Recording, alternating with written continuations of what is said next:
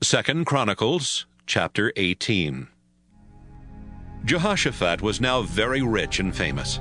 He signed a treaty with King Ahab of Israel by arranging the marriage of his son and Ahab's daughter. One day, Jehoshaphat went to visit Ahab in his capital city of Samaria. Ahab slaughtered sheep and cattle and prepared a big feast to honor Jehoshaphat and the officials with him. Ahab talked about attacking the city of Ramoth in Gilead and finally asked, Jehoshaphat, would you go with me to attack Ramoth? Yes, Jehoshaphat answered. my army is at your command. But first, let's ask the Lord what to do. Ahab sent for 400 prophets and asked, Should I attack the city of Ramoth? Yes! The prophets answered. God will help you capture the city. But Jehoshaphat said, Just to make sure, is there another of the Lord's prophets we can ask? We could ask Micaiah, son of Imlah, Ahab said. but I hate Micaiah. He always has bad news for me. Don't say that. Jehoshaphat replied. Then Ahab sent someone to bring Micaiah as soon as possible. All this time, Ahab and Jehoshaphat were dressed in their royal robes and were seated on their thrones at the threshing place near the gate of Samaria, listening to the prophets tell them what the Lord had said. Zedekiah, son of Chenaanah, was one of the prophets. He had made some horns out of iron and shouted, Ahab, the Lord says, you will attack the Syrians like a bull with iron horns and wipe them out.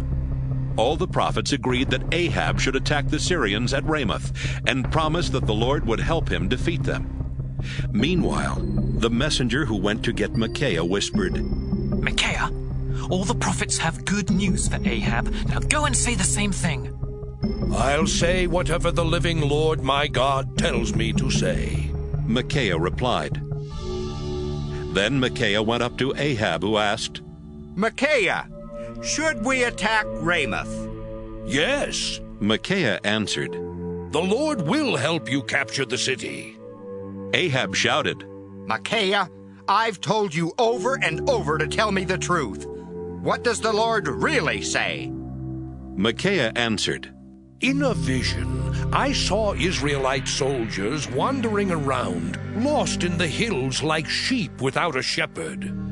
The Lord said, These troops have no leader. They should go home and not fight. Ahab turned to Jehoshaphat and said, I told you he would bring me bad news. Micaiah replied, I then saw the Lord seated on his throne with every creature in heaven gathered around him. The Lord asked, Who can trick Ahab and make him go to Ramoth where he will be killed? They talked about it for a while. Then finally a spirit came forward and said to the Lord, I can trick Ahab. How? The Lord asked. I'll make Ahab's prophets lie to him. Good, the Lord replied. Now go and do it. You will be successful. Ahab, this is exactly what has happened. The Lord made all your prophets lie to you, and he knows you will soon be destroyed. Zedekiah walked over and slapped Micaiah on the face. Then he asked, Do you really think the Lord would speak to you and not to me? Micaiah answered, You'll find out on the day you have to hide in the back room of some house.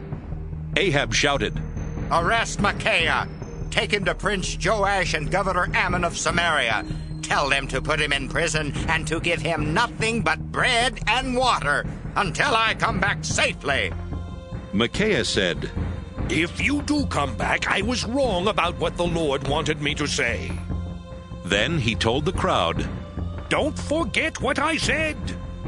Ahab and Jehoshaphat led their armies to Ramoth in Gilead. Before they went into battle, Ahab said, Jehoshaphat, I'll disguise myself, but you wear your royal robe. Ahab disguised himself and went into battle. The king of Syria had ordered his chariot commanders to attack only Ahab. So when they saw Jehoshaphat in his robe, they thought he was Ahab and started to attack him. But Jehoshaphat prayed, and the Lord made the Syrian soldiers stop. And when they realized he wasn't Ahab, they left him alone. However, during the fighting, a soldier shot an arrow without even aiming, and it hit Ahab between two pieces of his armor. He shouted to his chariot driver, "I've been hit! Get me out of here!" The fighting lasted all day, with Ahab propped up in his chariot so he could see the Syrian troops. He stayed there until evening, and by sundown he was dead.